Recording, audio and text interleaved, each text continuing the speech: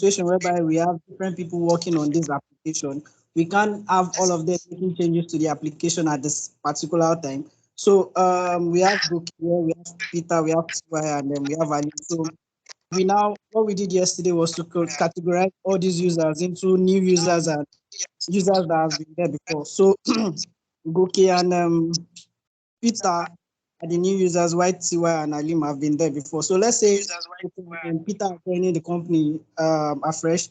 So what they need to do is to clone this project and have it downloaded on their computer locally so that they can work on it and make changes on it. And for Tiwa and Alim, the reason why we have that arrow facing this, because they are old users, that means they have the clone already on their computer. So let's say in a situation whereby they just feel like something has been deleted or something is not right, they can just pull or fetch the repo again, just update the one that they have on the computer. Whereas the difference now is these people are pulling and they are fetching just to update, but these first two people, which are new users, are cloning the repo on their computer. So from there, they can make the changes. So we have Goke and Peter. We gave them two different activity to focus on. Goke is working on the about page, while Peter is working on the career page of the application. So when they are through, they update their local repo that they have, the clone that they have on their computer, and they push it back to the main upstream. So pushing it back to the main upstream, they might have someone in between, probably the supervisor or the senior dev, to cross-check what they've done before uploading it, making changes to the main repo, or it sends it back to them and they make the same, make another update and push it. Okay, makes sense.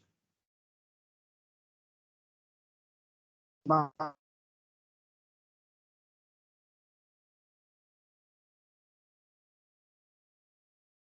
right. Is that all, Alu? So we also talked about when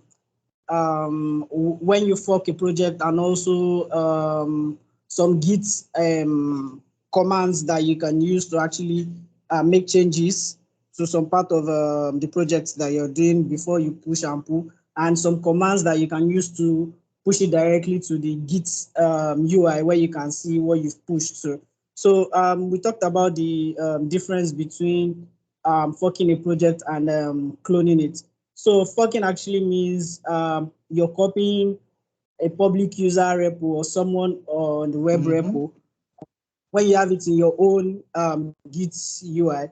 Even if the original owner of that repo makes changes to that repo from their own computer or anywhere, the changes will also apply to your own repo that you copied. So it's like they are updating it, it will update automatically on your end too.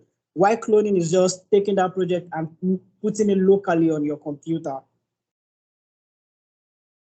Okay. All right, makes sense. Okay. All right, thank you. Any other person before we go to what we have for today? All right. Any other person, please?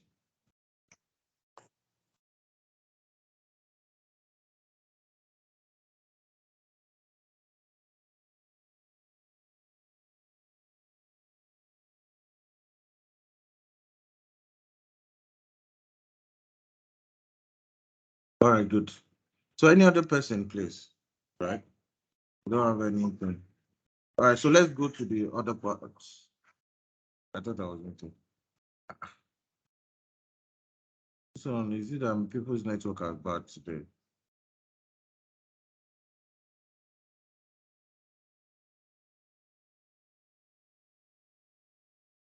All right, so can you guys hear me? Yes, sure. All right, good. So now what I told you guys was let's see. What okay. And that doesn't matter actually. So let me do it like this.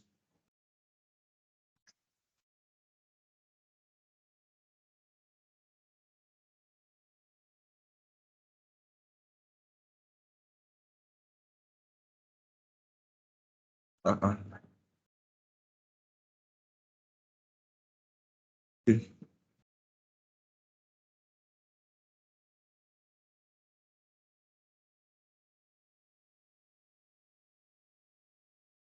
All right, so another thing that I want to show you guys today is, yesterday, can you guys see my screen now? Let me, okay, I've enlarged it. All right. So what I'm trying to say is, this guy that I explained to you yesterday, I showed you because it has already been uploaded to the upstream, right? Do you guys get?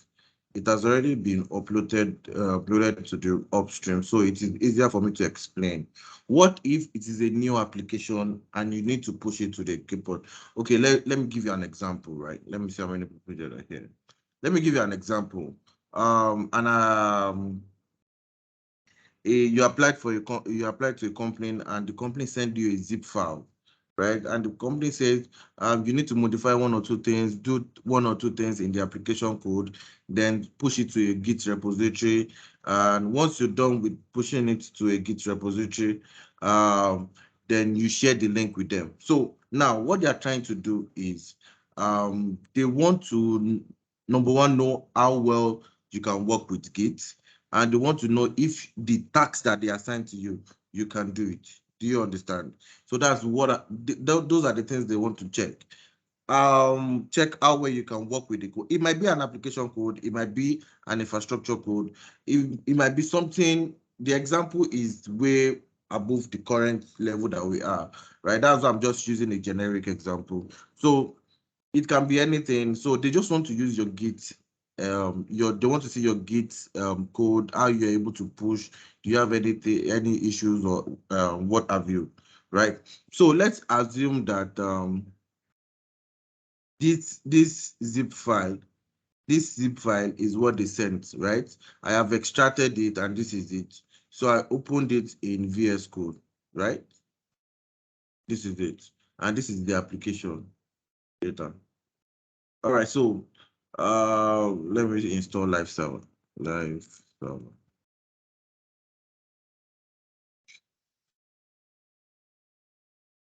All right, so what I'm trying to install is live server. So live server is just you having a local environment. This works basically with HTML, React application, and the likes. So you might not need it right now, but I just want to show you guys because of what I want to do.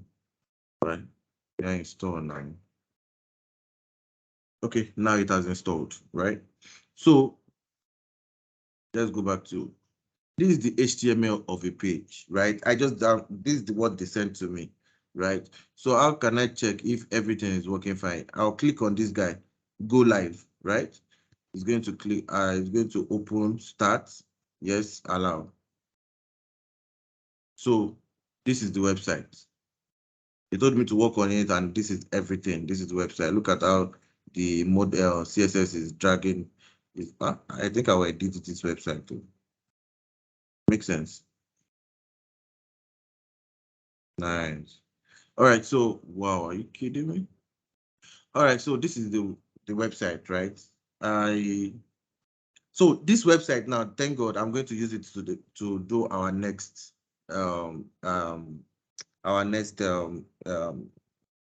what's it called? Maybe deployment, or maybe class that we want to, every of the class that we'll be doing, every practical that we'll be doing. I think I'll be using this guy here. All right, so number one is, you see that the application is working fine, right? So now this application is currently on your system. How can you push it to the Git repository? Remember, there is no upstream yet. You need to create an upstream for this application code. Do you understand? So the first thing you will do is just come here, go to your Git repository. I believe everybody that is here yesterday is supposed to have created a Git repo, right? So you go to your Git repo, you come here, go to your repository, then you click on new, right? Don't mind that this one. You click on new, let's call it DevOps BootCamp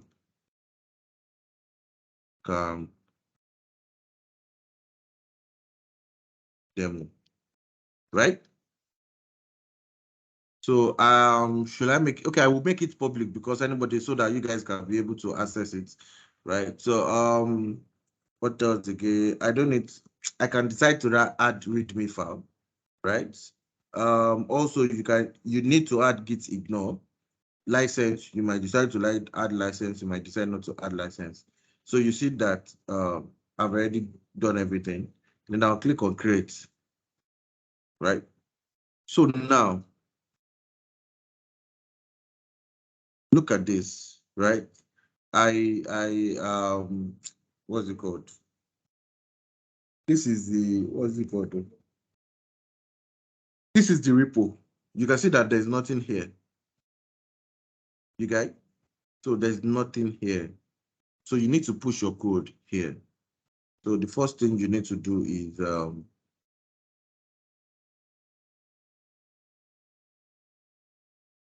I was using HTTP now. Yes, I was using HTTP. So now the first thing you need to do is, even if you don't know anything, right? Let me use my novice application command, right? So what you need to do is, I don't like using PowerShell. Let me go back to this guy. So what you need to do is push this website to the Git repo. The first thing you need to add the repository into your local system.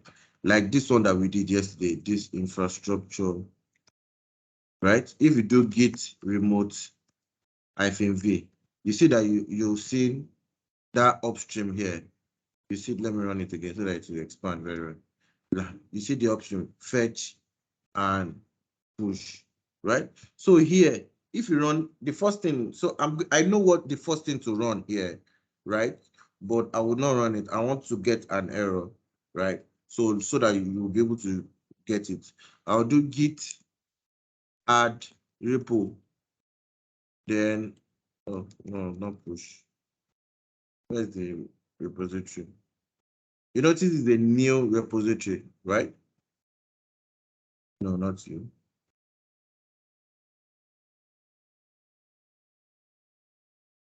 Did you see that? Did you see the error? You say fatal, not a Git repository, right? So this is telling you that this part, right? This part has not been initialized for what? Git command. So how do you initialize it for Git command? You just write git init. Git init means git initialize. Did you see that immediately I did git init, it changed this guy to master, because that's the like normal predefined first branch everybody will always create, right? You see that it changed to master. Do you understand? Look at this guy too here. Can you see my mouse? You see that this branch also changed to master, right? So now go and add that command again. What's this? Okay, sorry. It's going to be git.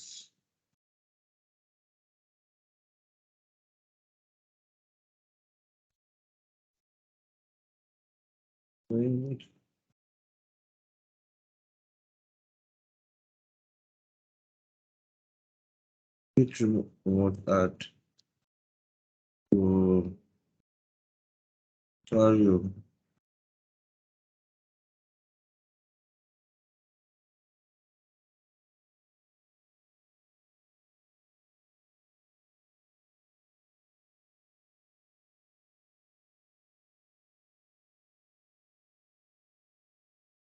Why is this thing not adding? I beg. So let me just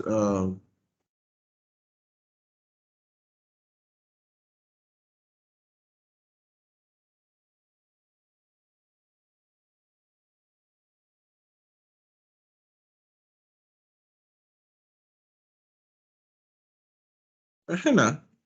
Oh, sorry, I did not put the name. So okay, sorry. It's going to be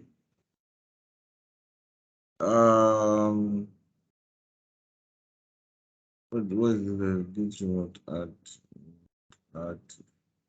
let's say demo. Let me call it demo. Did you see that it has added? So I need to add the name for that guy, right? Let me show you what I did. Yes, no, this is not it. So this is it. Did you see that this is the name, origin? So if you pull from, what's it called? From the upstream directly for a new application, it's going to give you remote as the origin as the name, right? Me, I don't like using origin because I can decide to pull any repository in the same folder at any time. So I will need to specify which one I'm talking about. Do you understand? So now this is it. So if you now check git remote -v, you see that it's already there. Did you see? Now it's not origin again, it is demo. Do you get? So now let's say we've completed our application code, right? Let's just add it, git add, right? Dot. Remember your dot, oh. So it has added everything. Git, because it's a new file, so it's going to add everything. Commit -m. Let's put it as initial commit, right? It has committed everything. Now let's do git push. We might get error, but let's try it. Git push. Oh, sorry. Git push demo main. Go to, okay, let's do git push demo.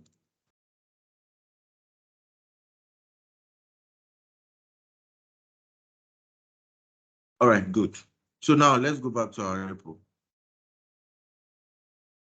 There's our repo.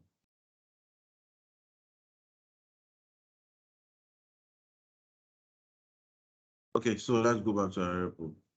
This, let me refresh this guy.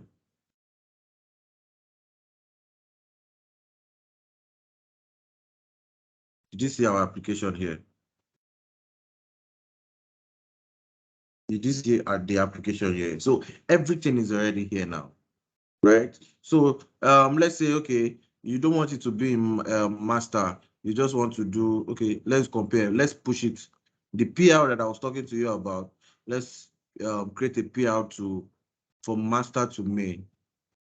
Just come straight down and just drag it down because it's a new application.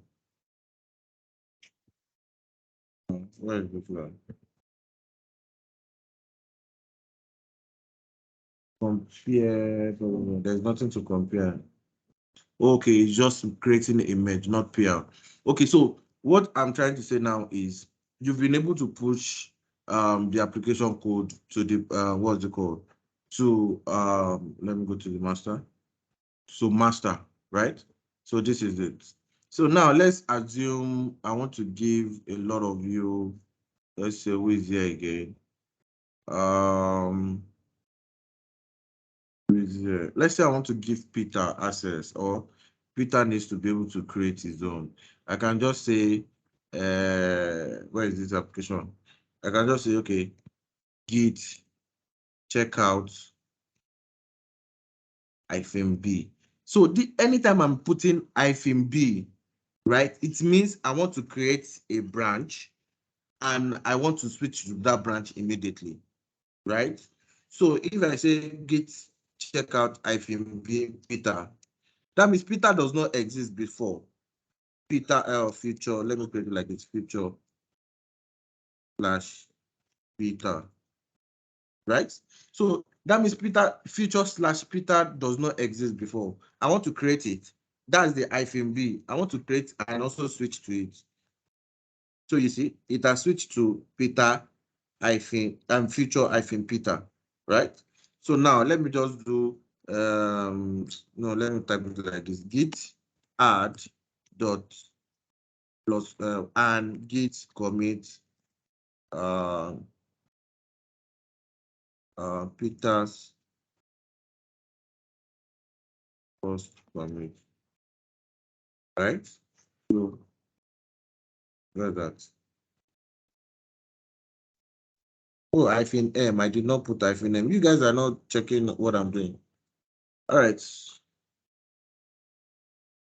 So I can just go git push demo future beta.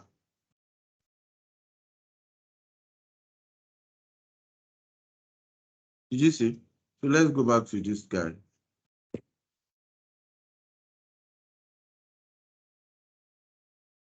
Did you see? This is Peter's environment, right? You see his branch. So everything that he needs to work on, he can only work on this guy and what? Create a PR, add a reviewer. Then once I check the review, then I'll be able to approve it. Then it will merge together. Do you guys understand? So this is just it, right? So does anybody have any question? Abi, I'm just doing magic.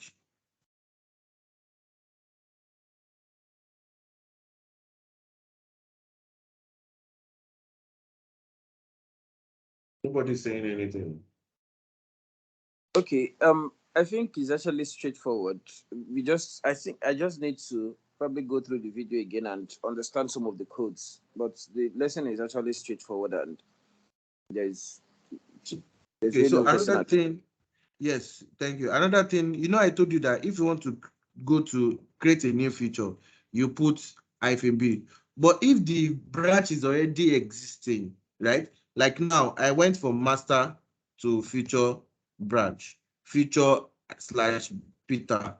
Do you get? So if I want to go to master, I'll just do git checkout master. You see, I've switched there. I did not put -b. Do you get? So if I want to check, go back to master Peter's branch, I can just do check out. No, let me go back. I'll just do future slash Peter. You see, I'm already back in future slash Peter. Do you get? So does anybody have any question?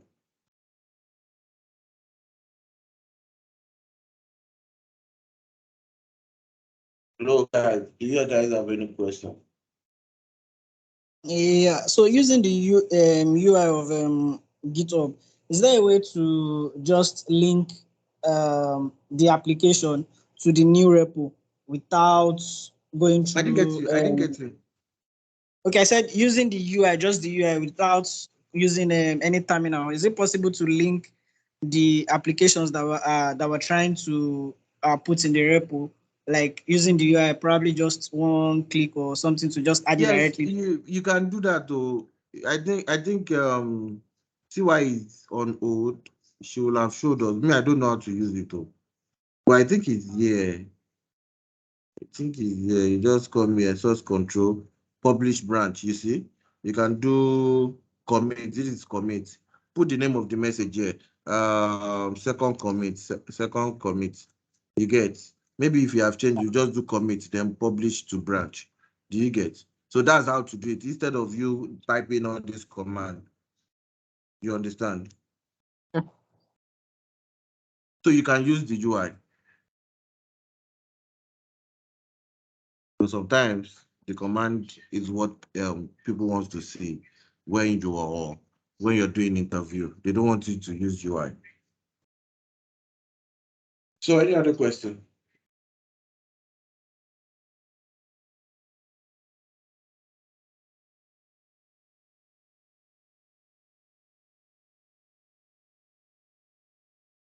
Any other question? Oh, this guy is still running. Okay, yes, I saw Jerry's all right, so -b, the -b is when we need to create a new branch. What is M for? M is the message, right? If you want to commit, so you do -m, that's the message, right? You just put the name, what's the message all about? Maybe what you worked on. Let's say finished career page. Then you close it, then press enter. Do you get? So do you understand? Did you see my screen? So that's what you said. What? I couldn't see your screen earlier, but I can see it now. All right. So what I did was that what I showed you was that -m is for message, right? Is for message, and this is what you do: git commit -m, then you open the apostrophe, then okay, let's say finished career page, right? Or you can just say, maybe you fix the bug, you can just say fixed login bug. That's just it. Then you press enter. Do you get? So it's message -m. When you're running command and you see -m, it depends on the command you're running. Actually, -m in git means message, right? It's the same thing as this dash message, right? Do you understand? In Docker, right? In what is it? In any command that has to do with using shorthand. The shorthand for, let's say, image, you can do if you want to write the image in full, you do dash image, right? So if you want to another one is password -p. If you want to write it in full, it's going to be that password, right? So it depends on the way you want to do it. Do you get? So any other questions, please?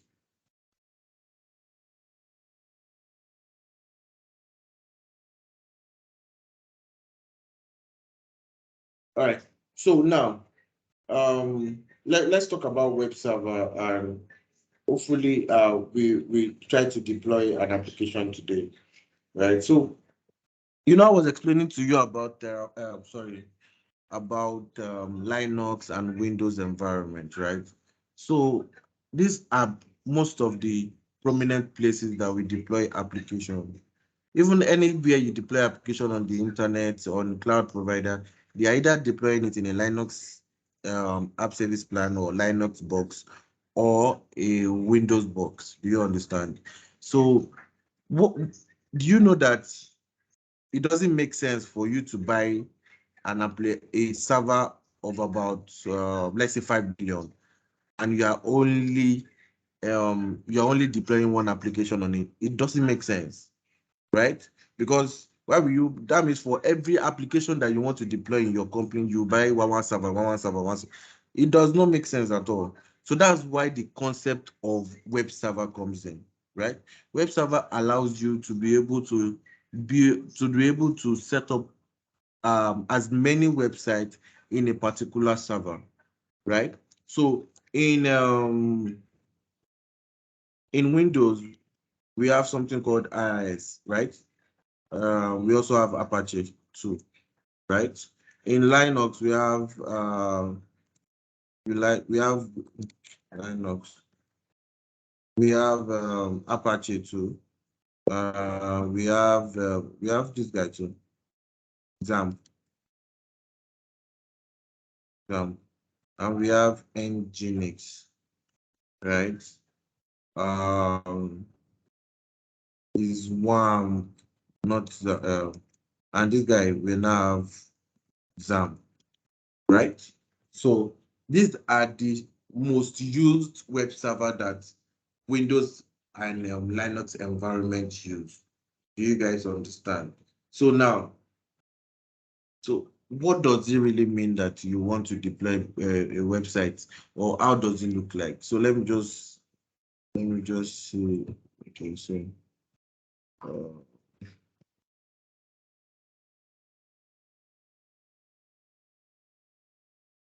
let me start up the, what's it called? Windows Server.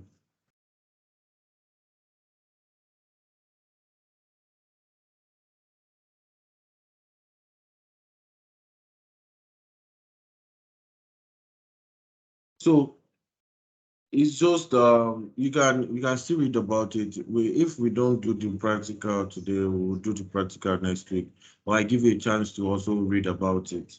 Then we'll do the practical next week. But we might have to just install the IIS in this Windows. Or I think I've installed it though. Yeah, I think I've installed it. Please, can I ask a question? Yes, please go ahead. Okay, so I saw that you showed us I think your website, and you were trying to make some, I think yesterday you were trying to make some changes on an application. Now, what I want to ask is as a DevOps engineer, um do you have to know how to work on applications? I thought it's just about you hosting, maybe like so I want to understand, do you have to know about the coding aspects? Like, I know Visual Code is for coding, for creating applications, and so I want to know if as a DevOps engineer, do you have to really know about all this the coding Okay, thing? yeah, I get you. So, Gospel, I need to be frank with you, right? You need to, it's not as if you need to know how to code, right? But you need to be able to troubleshoot. The first level of, the first person that needs to be able to say, this is what is wrong with your application is the DevOps engineer or the infrastructure person or the administrator. I say, oh, I deploy something in my in the app service in Azure. I deploy something in the server, in the Windows server or in the Linux server. The first person that they come and meet is the administrator, server administrator, the DevOps person, the solution architect. Those people in the IT guys. So it's everybody's responsibility. Then you now see where the problem is coming from. You now go and tell the developer, okay, this is where the problem is coming from, fix it, then redeploy. It is not in your own purview to fix the issue. Do you understand? But you need to be able to tell the people, the developer, that this is where the issue is coming from. Go fix it. Go fix the issue. You get? Do you Yes, I do. understand? Uh-huh. Yes, I do.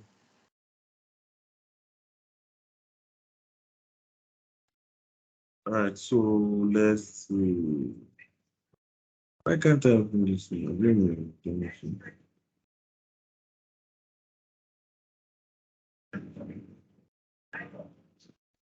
Mhm. All right, so apparently I have installed the IIS, so I might not be able to show you guys, except I install another server, right? Oh, no, this is the wrong one.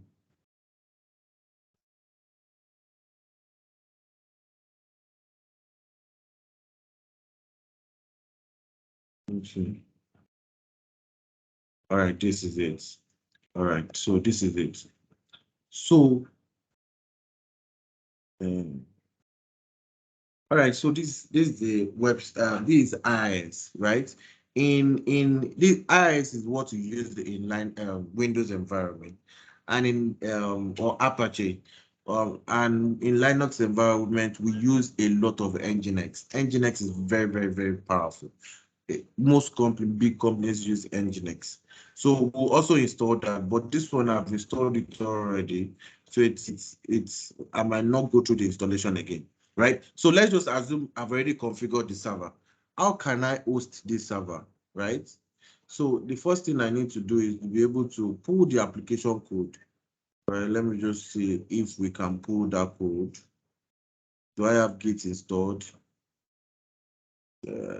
Bash. I don't have Git installed. Hey, Git. There's no Git installed here. All right, let's see if we can go to this website. Let's see.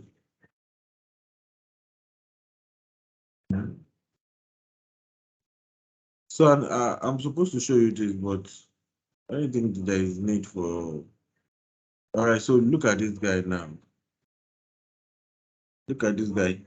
So when I click on code, I want to copy the URL so that I'll be able to clone, blah, blah, blah. But I don't have Git installed already. I can just download this stuff as a zip file. Do you understand? Let me just download it as a zip file. But this is not always good. I know somebody that claims to, I was working in a company and the person claims to be a senior developer with 5 years. What am I saying? 10 to 15 years experience and does not know how to use Git. Is now using download. download every of the application. You will now be copying application code inside flash drive. Who does that?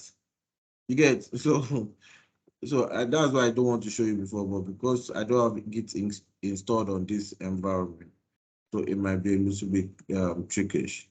Let's see, date modified. All right, now let's try to extract this guy.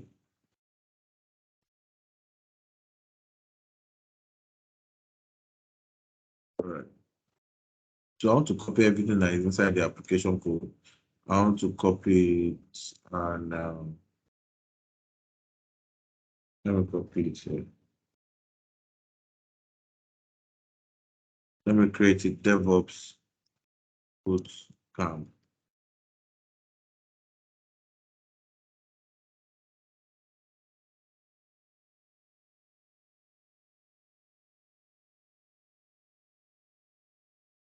All right, so this is DevOps bootcamp. Let me just go back. Let me copy this guy. Now we want to add a new website, right? So we'll go to the IIS manager, come here, add a new website. And let's say the name of the website is DevOps Bootcamp Demo, right? So physical part, let me pick that guy. Document Abby.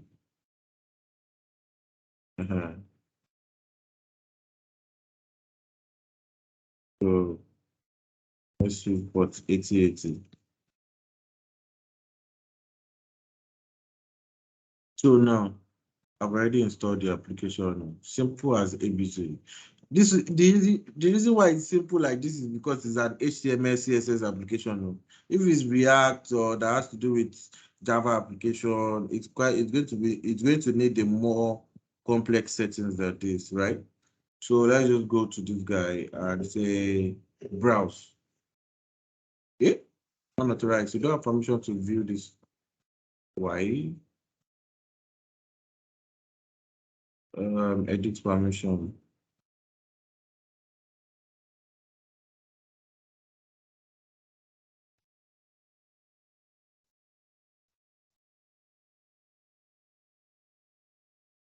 Let me restart it. So what he's saying is this IIS, we have not given it permission to where the application code is. Let me see if this will work. Internal server error. What is the web.config? Do we have web? Yeah. Let me see this website. Edit permission. I think it's read only.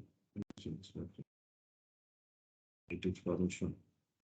So let me bring them close to each other. And let's see. Okay, sharing. Security. Oh, let's see. Okay.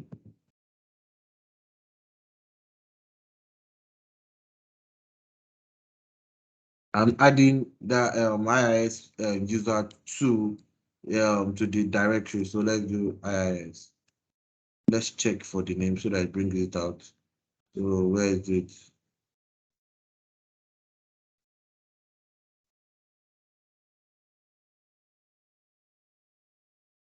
Okay, that's it.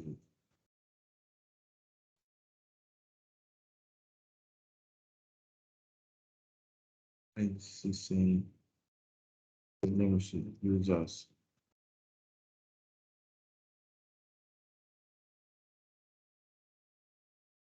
The user update cannot be found. Check. Why are we doing this? Okay, sorry, I'm coming. System is already there, right? Administrator is already there. Then let me see this guy at IIS underscore IURS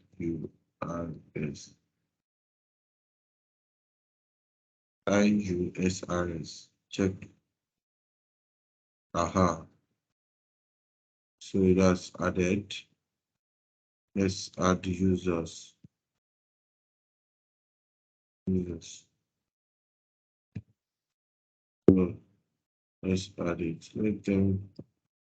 Let us give them full permission. Let's give this guy to full permission.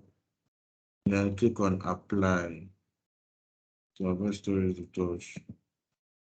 All right. Then okay.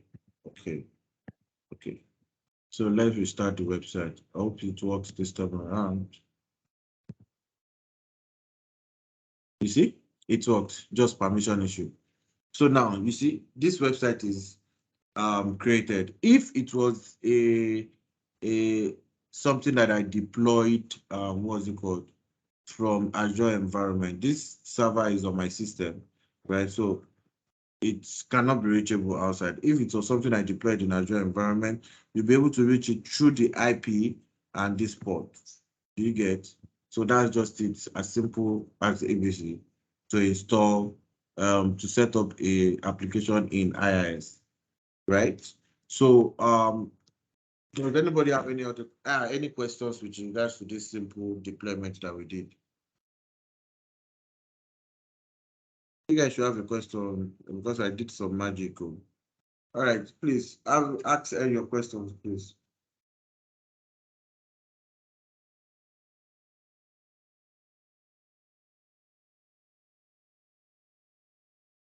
Hello. On the permission Okay, I have page. one question. Yes. Okay. Is it possible for us to Continue, please. is it possible for us to install a Windows server on our own and try something like this? Okay, something like, yes, you need to install this guy first now. VMware Workstation 16. But this guy, this ISO is large, about 5 gig thereabout. Let me see.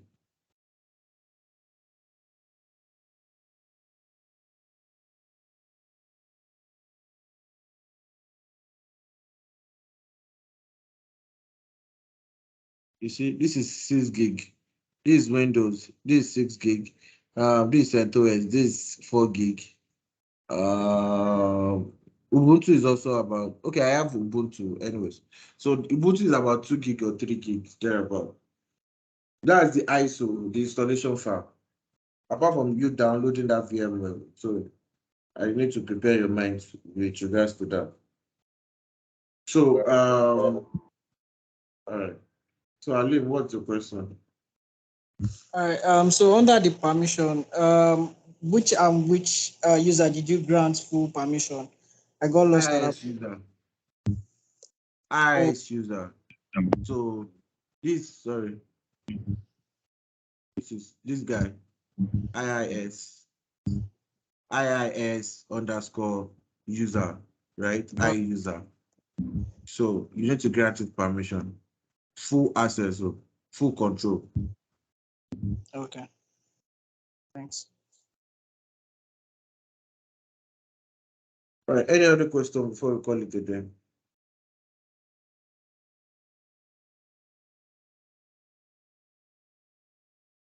So I want to believe everybody understands what I did now. And you'll be able to replicate it if you had a server in your environment, an IIS in your own local environment. All right, no problem. In the absence of any other questions, we'll call it a day. Okay, let me ask one. Thank you very much. Sorry, So, you said what? I said, let me ask one more question. All right, shoot, please. Ghost Power asked you something about if it's very imperative for us to learn a programming language.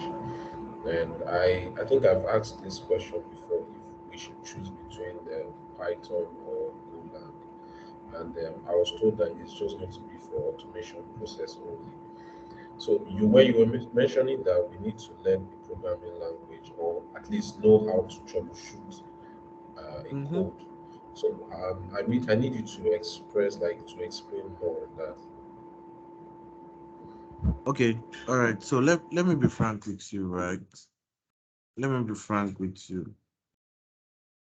The way DevOps or cloud engineering is going now, it looks like most developers, right? Most developers now see it as their backup plan because they won't have to be stressing themselves in terms of writing logic, writing backend code, writing front-end code. So they see it as their backup plan. It is easier for them to go into DevOps. I mean, developers, it's easier for them to go into DevOps. Now, I can literally tell you for all the interviews I've had this year, they are literally telling me to code, right? So it's either you choose a variety of application you need to application code you can use. So me, I would always prefer to use Python because it's much easier, right? So that's just it.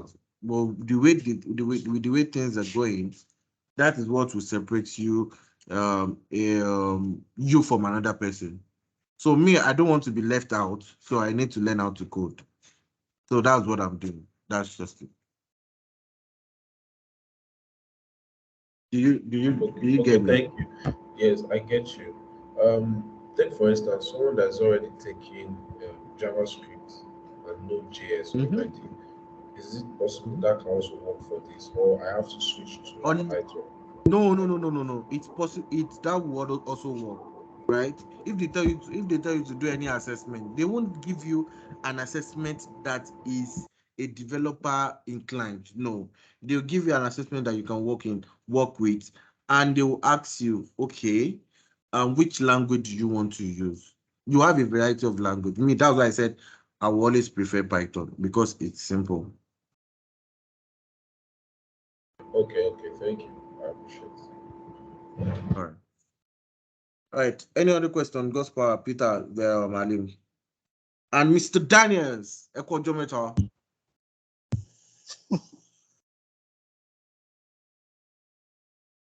All right. Any other question, guys, before we call it Like today? You said what? ó ti dá orí ọkọ mi rú ọlá ẹ̀tọ́. Because of what I said, I never wanted to say it, but I just have to. No, it's just to say, Since I think since it No, started, now, TY, you have deployed in IIS several times, so you can always put him through now. no, I'm not his teacher. You're the teacher, please. I'm a student here too. So anytime he has any doubt, he can just message me now. You know how we used to do it. Because my husband is between No. The funniest thing is there's a video. You can always download it and check it anytime. You get. Yeah, I think that's what he wants to do.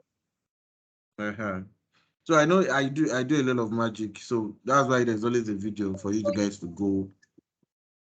So you know. I won't say nothing. All right. Thank you very much, guys. See you next week or during the week. Thank you, as the sir. case may be. Good night. All right. Thank All you. right, thank you very much. Okay, we deploy in inside IIS. You know they here. Okay.